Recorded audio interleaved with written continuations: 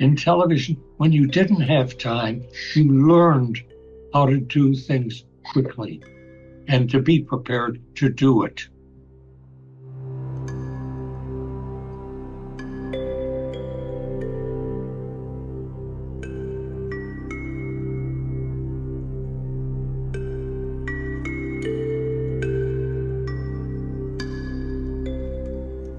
When you look back on it, when you get to my age, there's always somebody behind you that seems to help. And in my case, the first person I thank is my wife for sticking with me.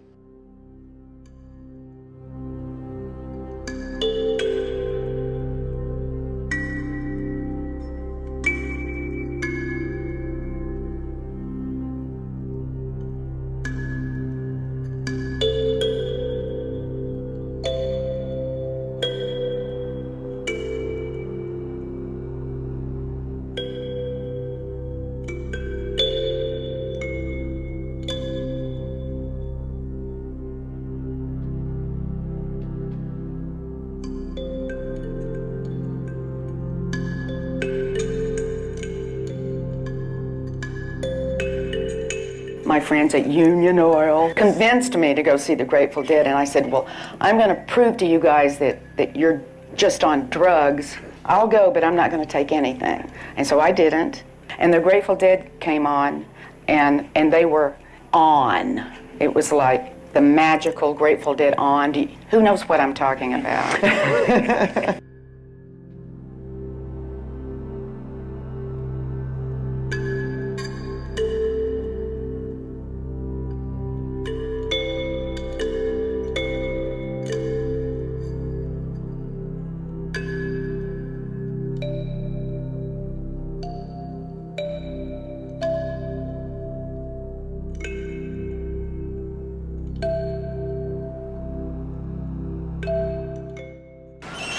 Mr. Chairman, delegates and fellow citizens, I am honored by your nomination and I accept it.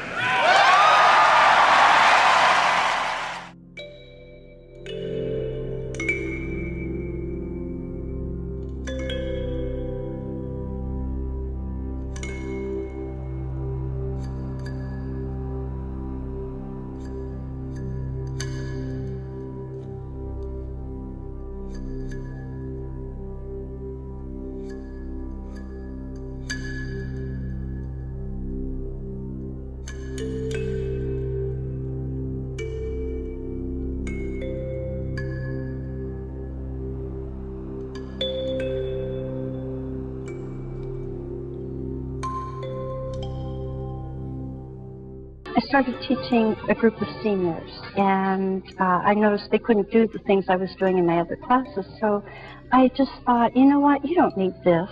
What you need is to get your posture into alignment, get some deep breathing going. I need to lubricate your joints.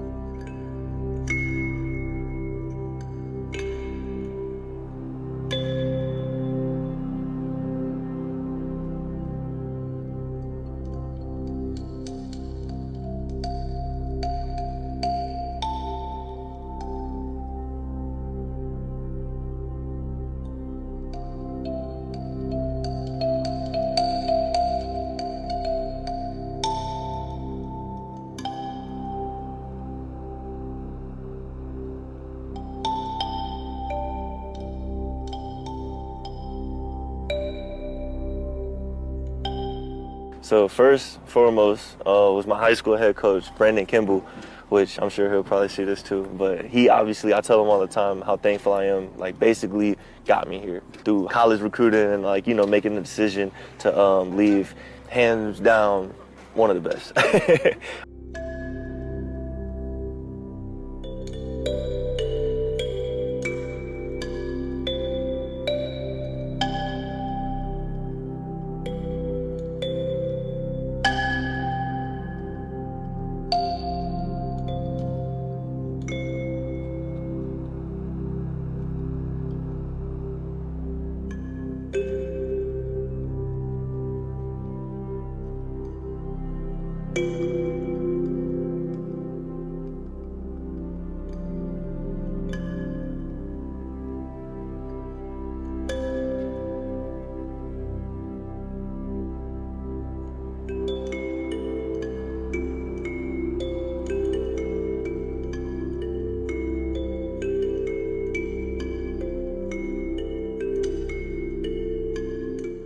I always had the idea that the NFL was about 3 C's: competition, collaboration among the teams through the league, and community. So there was always a piece of my thinking, and that comes from Pete Rozelle. He thought the same way.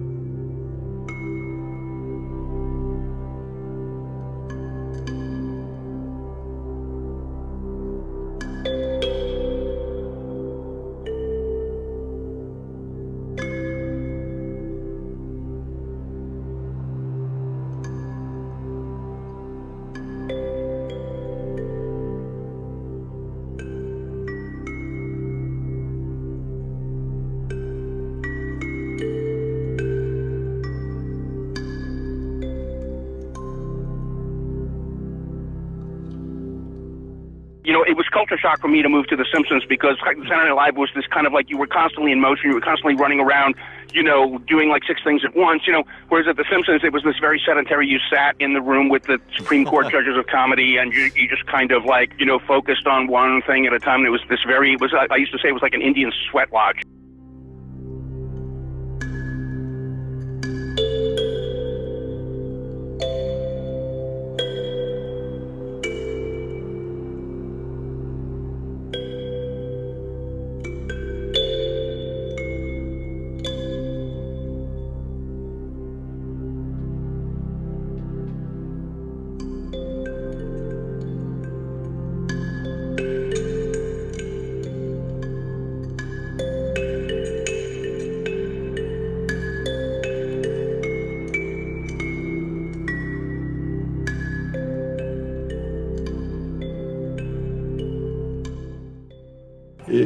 They decided that they wanted someone to do a wrestling show, so the Crockett's asked me if I would do that, and I said, we'll give it a try, and I did, and 35 years later we were still doing it.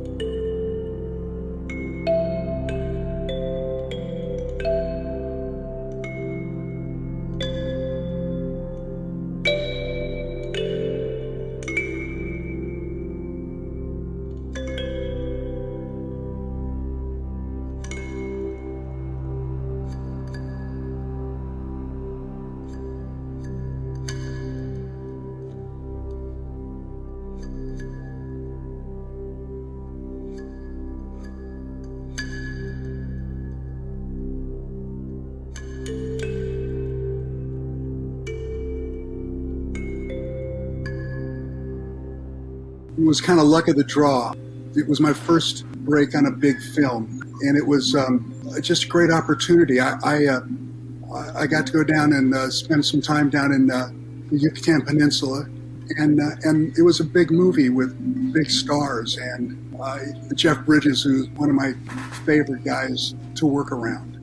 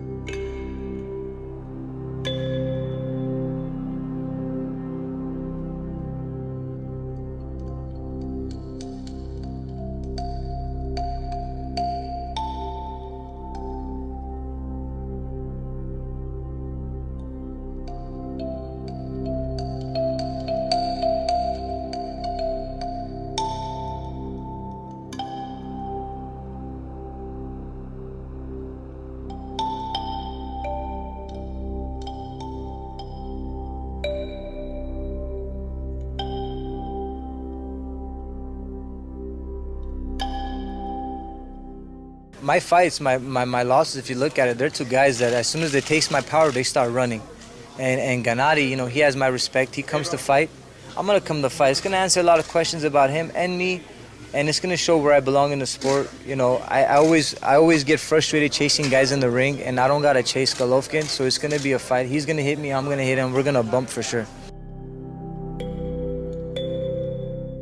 I don't think that you could articulate the sentiments of black people last year any better than they did in Detroit. So I think the movement is a leaderless movement, whereas we might influence people, we do not control people.